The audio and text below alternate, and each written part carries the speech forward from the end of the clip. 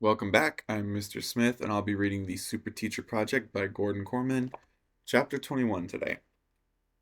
Uh, so, couple chapters ago, the boys figured out that Mr. Adak, is a robot. And then last chapter, Rosalie, she started figuring it out too. She shadowed him for a day for like a paper interview and noticed that he like doesn't eat. He stands inhumanly perfect and still all the time. So, yeah, they're catching on. Chapter 21, Paul Perkins, PE. The PE stands for Professional Engineer. It's an extra certification. Not all engineers have it. It means I know how things work because I'm the one who makes them. I never expected to be an employee of the Department of Education, but the ADACT project was irresistible. Artificial intelligence is the future, and here was a chance to be on the cutting edge. My specialties are computers, cybernetics, and robotics. What I'm not good at is dealing with middle school children and their bad attitudes, their raging hormones, and their loud and rebellious disrespect. I'm not complaining about the kids by any means. To be honest, I don't really even notice them. They aren't my responsibility. I'm not really a student teacher. That's just a ruse to explain my presence in the building alongside the ADACT unit as it grows into the teaching job that it was designed for. No, my complaint is with Mr. ADACT himself, who is now turning into a petulant, self centered adolescent just like the kids around him. There's no problem with his artificial intelligence. On the contrary, the AI system is working almost too well. He's picking up every single bad habit from more than 800 kids who spend all of their time sharpening their bad habits to the level of high art. The unit isn't teaching them, he's becoming them. Case in point, we're in the apartment preparing for our nightly software diagnostic, and I can't help but notice that the unit seems to be a little shorter than he used to be. Obviously, this is impossible, he's a robot. But an ADAC unit is constructed of polymers, metals, and circuitry. So I perform my visual inspection. The shoulders are hunched slightly forward. One hip is placed higher than the other. The opposite knee is bent. He's slouching, just like most of Brightling Middle School does. Correct your posture, I tell him. Make me. I almost snap at that. A project engineer, me. I could make him. But then I realize that's not true.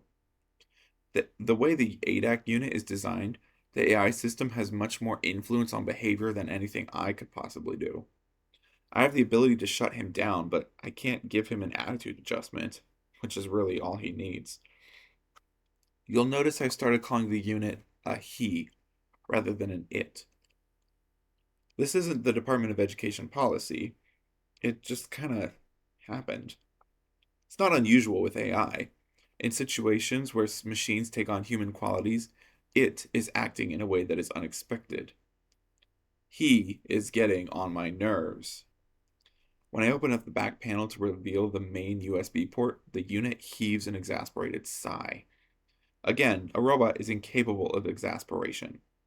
He doesn't even need to breathe, but an AI system can recreate it as taught by 800 tiny experts. What is the problem, I ask. I hate these software diagnostics, he complains. That's another thing about middle school. Preface anything with I hate and you'll fit right in. It's necessary. It's boring. You are not capable of boredom, I remind him, with just a touch of impatience. You can't make me do this. It's not fair. Want to bet? I'm not proud of snapping like that. Engineers do not normally get angry at machines. I feel like Geppetto watching Pinocchio turn into a real boy, but the lonely woodcarver had it easy. Pinocchio never made it to middle school. It's one thing to be saddled with a typical teenager in the form of a $250 million government project. That's just annoying. But when it begins to affect your ADAC unit's performance as a teacher, it becomes a major cause of concern. The good news is the unit hasn't lost the ability to follow a lesson plan, teach a class, and respond to student questions, or accessing the entirety of human knowledge via the internet. No, the problem is his role at the school has grown so vast and so widespread, from staff member to coach to bus supervisor to quiz master to lunchroom monitor to some sympathetic ear just to cruise the direction of detention. He's too easily distracted here. Don't get me wrong, he certainly is popular. The kids love him. The school newspaper, the Brightling Barker, just named him Teacher of the Year. I'm sure that's never happened to a robot before. Mr. Adact has fans. There's that stinky character, whose lone ambition is to come up with some song lyric that his beloved teacher won't recognize. Something that could only happen during a massive internet outage. No pastime exists. No fandom, no hobby, no interest that Mr. Adact cannot instantly become an expert in. He knows more sports statistics than Daryl, more trivia than Kevin. He can take on the entire chess club at once and beat them all in less than 15 moves. Thanks to the advanced circuitry of his nimble fingers, he's equally adept with video game controllers or a pair of knitting needles. He can play piano. He can carry up a flight of stairs if necessary. He has endless patience for ongoing soap operas that come from Mia Spinelli. Mia told me that he's the only adult who listens to her because he's just so human. Guess what, Mia? He's the only adult who isn't. And by the way, he's not even an adult. He was assembled 9 months ago. The other teachers at Brightling were very quick to jump on the ADAC bandwagon when they realized that they could dump their unwanted duties and assignments onto him. For them, it was like Christmas and the 4th of July just were wrapped into one. No more bus duty, or lunch duty, or recess duty. No more long afternoon conversations with detention students. A few of them even have Mr. Adac grading papers for them. The optical technology in the unit's eye is capable of processing 2 million multiple choice answers per second, although physically handling the test papers is a whole lot slower than that. I spoke up against this, and I was outvoted 50 to 1. The argument was always, he doesn't mind. Of course he doesn't, I agreed. A machine is incapable of minding anything. My objection is based on the fact that this isn't part of the ADAC project. You are using government property for non-government purposes. Property? Lee Ben Rama makes a face. That's such a harsh word to describe such a nice guy like Rob. He means nice guy who's willing to set out orange traffic cones during a sleet storm while the custodians hide in the faculty lounge drinking coffee. Well, all that's in the past now. Now that Mr. Adact is so popular, the staff is beginning to turn against him. It's the Teacher of the Year thing that just put it over the top. No one wants to lose a popularity contest to a robot. If I have to read one more essay about how he's the person they admire most, I'm going to scream, Saisha Berg announces as we sit down to lunch one day. Not Shakespeare or Albert Einstein or even Taylor Swift. I'd pay money to hear Saisha scream. I'm sure it comes out in the same monotone that she uses for everything else. Kelly Tapper shoots me a resentful look. He gets to be the fun teacher with his song lyrics and his trivia quizzes and his winning sports team. And who assigns homework and calls parents and gives failing grades? Us. No wonder we are not the Teacher of the Year. I clear my throat carefully. Can I just ask you to remember that you're getting mad at a robot? From the other side of the door, in the main cafeteria, we hear the roar of approval from hundreds of throats, followed by a round of applause. It's him, isn't it? Tina Moreau, last year's Teacher of the Year, says in a mournful tone. He's caught another grapefruit, or swallowed a whole lasagna, or balanced a tray on his head this time, didn't he? He doesn't eat, I reminded her. So lasagna's out of the question. I should technically be with my ADACT. I'm not supposed to let the unit out of my sight. He's just used to coming in here with me while I had my lunch, but now he's refused. The faculty lounge is full of stiffs. They're too boring. He prefers to be out there with the kids. No wonder they like him so much. ADAC's greatest fans are his field hockey girls. Every single one of them is absolutely convinced that it's his coaching that has led them to victory after victory after victory. I can't even disagree with that. The ADAC system is programmed in such a way that it would teach itself the coach to coach, in the same way it would teach itself anything else. Plus, it picks up on the girls' emotions, so he argues every call, cheers for every defensive play, and celebrates every goal right along with the girls. To them, it sends the message that he's one of them. And it doesn't hurt that he has instant access to every millisecond of video and every word about field hockey ever posted to the web. At first, it's just a data dump, but as he's exposed to more game situations, his AI will get better and better at understanding how to use the information. Who am I to say that he isn't an effective coach? Since I'm in charge of the unit, I've been right there for every second of this roller coaster ride.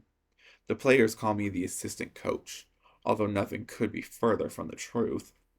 Even if I were a die-hard sports fan, and I am not, field hockey would not be very high on my list. The stick is like a J, a club with a tiny little hook on the end. It's a miracle to me that anyone can move a ball with it, and I'll bet the rulebook is longer and more complicated than all the computer code in an AI ADAX system. The whistle sounds constantly because two sticks touched, or somebody kicked the ball, or somebody hit the ball with the wrong end. Kudos to the girls for making any sense of this. I never will. While the closing whistle signifies the Bobcats' seventh straight win, my 8-act unit is right at the center of the seething, bouncing, triumphant players. In fact, he's leaping higher than any of the girls, and I consider making a note in his ankle and knee construction. Perhaps both could use a little extra reinforcement. On the scene charges a few of our fans, friends, siblings, parents of the girls. In the lead is the PTA president, Rosalie Arnett's mother. She hits the circle of celebration, plows her way in, and throws her arms around the Mr. ADACT. I didn't work for the Department of Education when the ADAC model was first designed, but I'll bet this is something no one anticipated. The faculty knows exactly what he is and what he isn't, but that information was never extended out to the community. So now we have a real human parent who seems to be sweet on our robot. This is a bigger problem than it may appear to be. I can't tell her about ADAC without compromising the secrecy of the project. How would I be sure that she wouldn't spread this whole thing to the entire town? I sneak in closer in an effort to eavesdrop on the conversation. It's hard to hear much in the general din, but I distinctly pick out her words. Go out to celebrate? My mind races. It's impossible to predict how the ADAC would respond to this invitation. It certainly isn't part of the original programming, but we've learned over the past few weeks that the AI system sometimes takes Mr. ADAC in unexpected directions. I don't catch his answer because at that moment, Letitia's little brother knocks my tool case off the bench. As it hits the ground and clasps pop open, all of the contents are spilt into the grass. In a heartbeat, I'm on my hands and knees, restoring expensive and delicate instruments to the proper places. Hey, these are cool. The young kid reaches for a digital calibrator, and I have to hold myself back from slapping it away from him. The kid paws everything he can get his grubby little hands on. What does this do? He asks. Why are these so shiny? Can I keep one, please? No. But you have so many. I'm finally able to snap the case shut and get back to my feet. And that's when I notice that Mr. Adact is no longer at the center of the group of victorious field hockey players. Oh, they're still celebrating. Except for one, Rosalie. She's looking in consternation across the field. I follow her gaze to the parking lot, and there I see something that no supervising engineer should ever be forced to see. My ADAC unit is getting into a black BMW with Mrs. Arnett. Hey, come back here. I take off after them. The heavy case is battering against my knees. I have no idea what I'm going to say if I do catch up to them. I cannot reveal that Mr. Adact is a robot, but at the same time, I'm not supposed to let him out of my sight. I could demand to go on their date with them, but that wouldn't make any sense either. I'm supposed to be his student teacher, not some nanny. Fate makes the decision for me. Just as I pass through the gate, the BMW takes a left out of the lot and starts away down the street. Sprinting now, I run to my car so I can follow them. But as I steer onto my own turn, I realize there's nothing to follow. They're out of sight. Reality descends on me like a heavy curtain. I've just lost a $250 million machine that is government property. I weigh out my options. I could send a wireless command to return here at once, but there's no guarantee the unit would obey that. The AI system has the final say over anything I could do. That was an essential part of the project, you see. The Department of Education has to know it can fully trust the unit to make good decisions on behalf of the kids. Nowadays, with ADACT acting like a defiant middle schooler, it's almost a sure thing that any message from me would be ignored. Besides, there is one more way to find him now that I think about it. The unit is equipped with a GPS tracking chip. My hands are trembling as I pull over, take out my phone, and tap the app. A town map appears with a blinking light, moving slowly across the road about a mile ahead of me. I take a deep breath and I try to calm down my rapid fire heart. I finally found him. I'm so focused on my phone that I almost rear end a garbage truck, hoping to catch up to them. I'm speeding. Oops. I slam on the brakes and I endure some angry honking from behind me, but I force that out of my mind. Finding this unit is my only priority. The blinking tracker seems to have stopped. At the last second, I spot the BMW pulling into this mini mall to my right. I'm too late to take the turn, but luckily there's a second entrance just a couple hundred yards ahead. By the time I pull into the property and backtrack my way to the black BMW, Rosalie's mother is leading the ADAC unit to the outdoor staircase to this romantic looking little cafe called La Berge. What is he thinking? The unit is incapable of eating or drinking. Sometimes artificial intelligence seems more like actual stupidity. At the same time, the system is programmed to mimic the behavior of people around him. It must be telling him to just play along. I have got to stop this, though, even if that means calling attention to the government secret. I get out of the car and I muster my strength just to shout up to them. I have no idea what I'm gonna say. I only know that it has to be loud and it has to happen now. I'm just about to open my mouth when another voice calls, a younger one. Hey, it's Mr. Adact. A group of Brightling kids are standing at the entrance to Dave and Buster's across the street. They're waving at their teacher at the top of the stairs. There I can see Stinky, Daryl, Mia, and a couple other kids. Mr. Adact appears at the top of the stairs. Hi, pupils. What's up? Mrs. Arnett bobs into view. The second kid asks, Hey, is that your wife? No, it's Peggy Arnett, PTA president, he reports, supplying the information exactly as it was given to him. Arnett is her married name. She's recently divorced. You want to come to Dave and Buster's, Mr. Adact? It'll be really fun, a girl asks. I notice that familiar head tilt that means the unit is accessing the internet. He must like what he learns about Dave and Buster's, because a moment later he comes sprinting down the stairs to join the kids, leaving his date, Mrs. Arnett, staring after him, open mouthed. By the time I make it into the arcade, Mr. Adact is seated at a video game called NASCAR, and he's piloting a souped up race car while the kids cheer him on. Go faster, Mr. Adact. You gotta downshift. Get out of the car, you're on fire. I miffed Mrs. Arnett shows up a few minutes behind me. Oh, it's you, she says. I feel bad for her, but clearly I can't explain why her date was a bust. I guess he's just a kid at heart, I offer, as nicely as possible. Seriously, what is his deal? She persists. He just he just loves teaching. You could almost say he was made for it. Mr. Adact exchanges high fives with his admirers, while on screen his character is draped in a victory wreath. doesn't look like he's teaching much to me, she comments. You don't have to stick around. It's all right. I'll take him home. Thanks.